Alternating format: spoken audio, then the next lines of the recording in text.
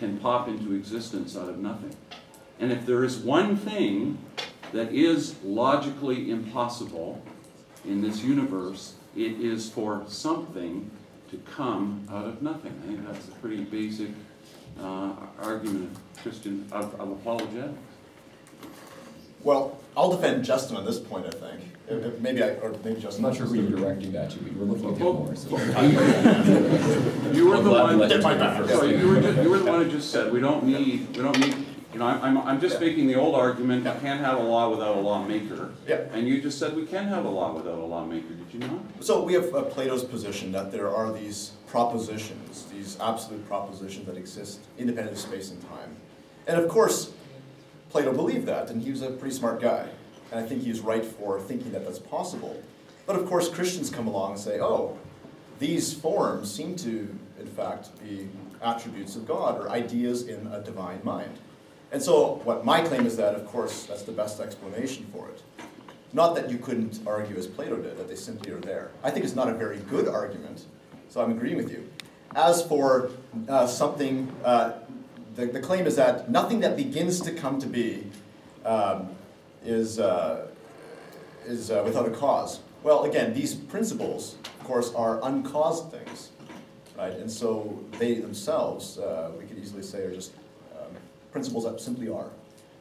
And Plato could argue that, and I'm not going to say that he's wrong for that, but I certainly think that the theistic understanding of these principles is superior. And therefore, of course, I agree with you. These principles or ideas in God's mind is by far the best explanation for it. But, you know, Plato thought something, and he's a smart guy. Just quickly on that, I won't take too much time. Because I do think that what you're saying is consistent with what I was arguing, that you do need intelligence or rationality. These are, you know, unique qualities, or the degree to which they exist in our species is unique, and that's why I think humans do have the special ability or perhaps burden of being moral agents. But as I was also arguing, I think that it's a spectrum. I do think that we do see intelligence in the animal kingdom. I think that lies on a spectrum, and therefore the ability to understand how to make what we would call moral decisions, but you know, in the animal kingdom, it's simply kin selection and helping members of your community or your troop, in the case of chimps, for example, avoid pain and gain pleasure. And we see evidence of that happening. It's because chimps have intelligence, not human quality intelligence, but they have some intelligence, and therefore they can do some moral reasoning. And by the way, I think that looking at it in this way, maybe some people don't like this spectrum idea. They would prefer to think humans are unique and special, and we are. I'm not saying we're not, just that, again, other species show some of these abilities in lesser degrees. I think it's actually a good way to look at it, because it's a good justification for treating other mammals very well, especially primates and other mammals that can feel pain and that can reason to a degree that is familial to us as humans. This question is directed for Justin mostly. In your presentation, you said that atheism is correlated to more good. Would that be a fair statement to say? Good. Well, I said, I was kind of nuanced in that by design, that if you look at specific metrics, like drug and substance abuse, incarceration rates, murder and other violent crime, that it is undeniable. You can interpret it in lots of different ways. I'm sure there's lots of counter-arguments that people could attempt to put forward, but that the studies do show, and they're consistent, that the more religious countries, or within a country, the more religious regions, do show the higher levels of all those bad things. Would you say ideologically as well? Can you like atheism as an ideology as well? Would you say that as well? Oh yeah, I would not defend an atheistic country. I'm not talking about that. Nobody wants a country that has any dogma, any theological or atheistic dogma as a state belief or what have you. You know, you're talking about maybe the Soviet system. You know, of course not. I'm not saying atheists don't do bad, don't do really, really bad things. I'm talking about these studies about countries where people have, you know, the freedom to choose their religion. Countries that are very secular, like I mentioned the Scandinavian countries. It's not an atheist country. Actually, some of those countries have a state religion, interestingly enough. But people, in large part, choose to be non-religious, even choose to be atheists or agnostics. And those are the countries where you do see the lower levels of, again, violent crime, etc. No, I'm just listening, man. Just enjoy it. I will over here. Just, Adam, when you were speaking about, I think it was rebuttal to Justin's comments about some of the evil things which were done in Leviticus or Job, actions that God got the Israelites to, different genocides, massacres that took place. So basically, my question is that still happening today? Is God inspiring various religious groups to take non-moral actions against other groups today? Well, the first part of the question still needs to be clarified. I'm not going to defend that the Levitical laws were in fact unjust, nor that the commands necessarily were unjust. I think you could make a case even for the massacres of Joshua, but I think you have to work hard at it, to be sure. And of course, there needs to be more context than the Bible actually gives if you're going to make a good case.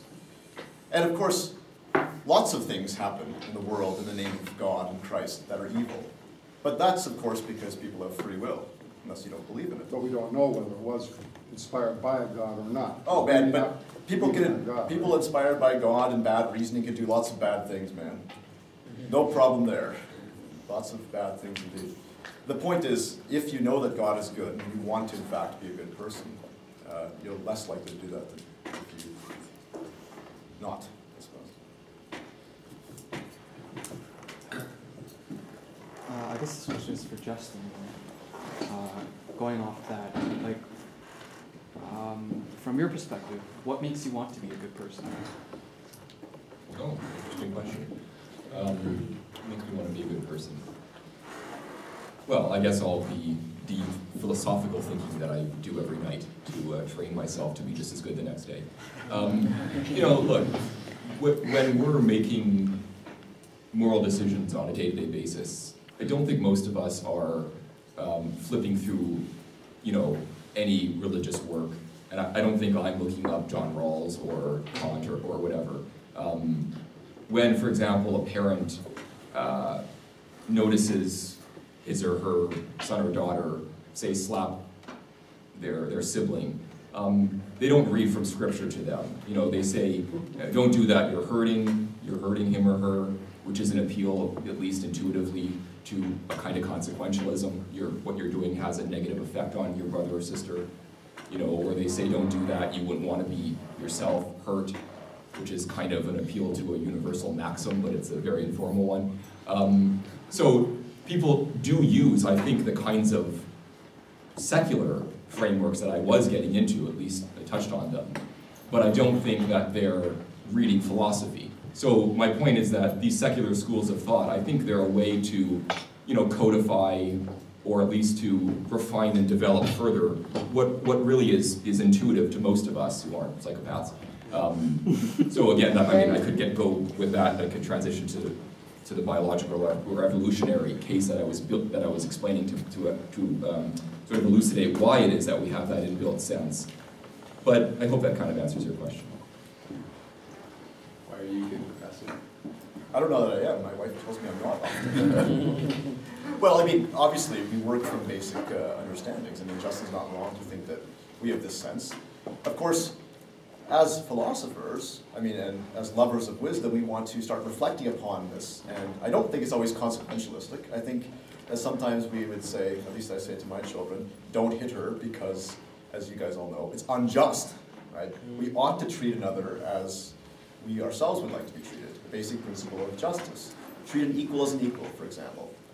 And of course, as a philosopher, I have the privilege of reflecting upon this in a deeper way that the average person maybe doesn't. And of course, I don't blame others for maybe not having the time to do that.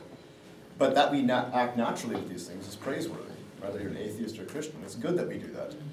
My encouragement is, as lovers of truth, right, and science, of course, is a method of getting at truth, we should want to think deeper upon why we think this way, and go deeper, and maybe theism is the best explanation for it.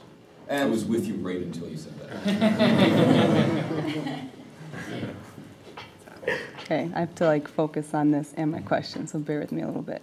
So there's been a lot of talk of like religious people can do bad and good, and then yours was the atheists or the non-religious people doing good. Obviously, we know that anyone with any beliefs can do good, both good and bad. But then my question comes back to, where would an atheist say good comes from, and how can we really trust what good is if it was a blind process, and I guess ultimately would go to the gray areas like abortion or having multiple wives? Like, there's obviously like a major debate not only within like religious context, but even atheists will disagree on if it's a human right to abort or a human right to life.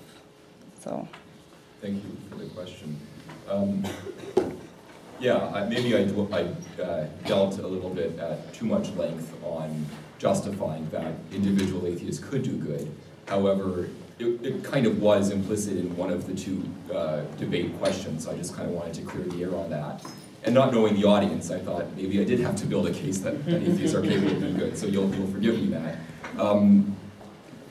But I guess to your second question, you were sort of asking about how we can trust our intuitions, or how we can trust, you know, what we come to be truly good or evil, I suppose. But I made this point in my talk. I think that trust is a problem for both frameworks, because again, you know, if you're basing your beliefs on, let's say, the Bible or any other religious tradition, you also have to answer that same question. You know, how do you know that you are following the right religion, or that there even is a God on which to base your moral code? So my point was that we all have to make a decision.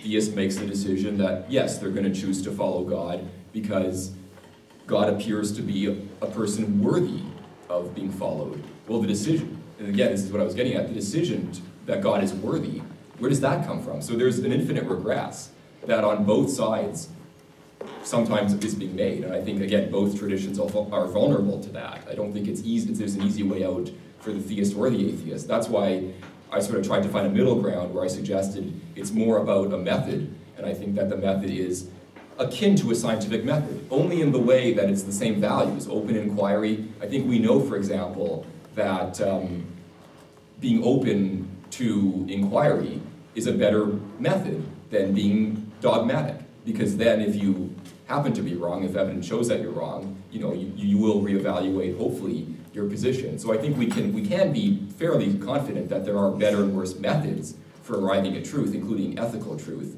And I was suggesting at the end that maybe that's a direction that we could go in.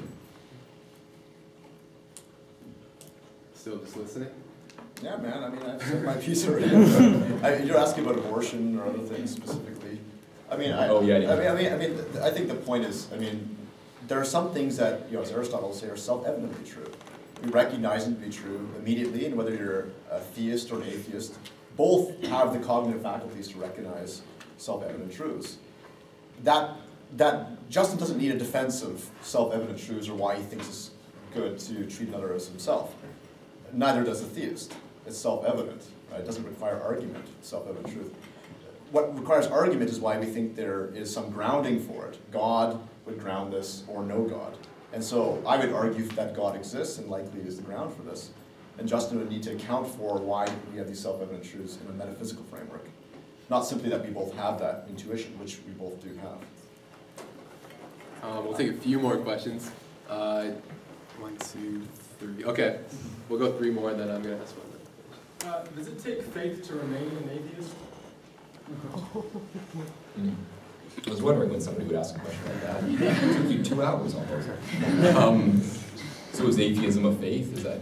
Like, when you were talking before, you kind of said how everyone has to make a decision. You're talking about everyone has to make a decision. And I think a decision implies some sort of, like, you know, you see 2 things that, you know, could be likely. You pick one. You know? The most, like,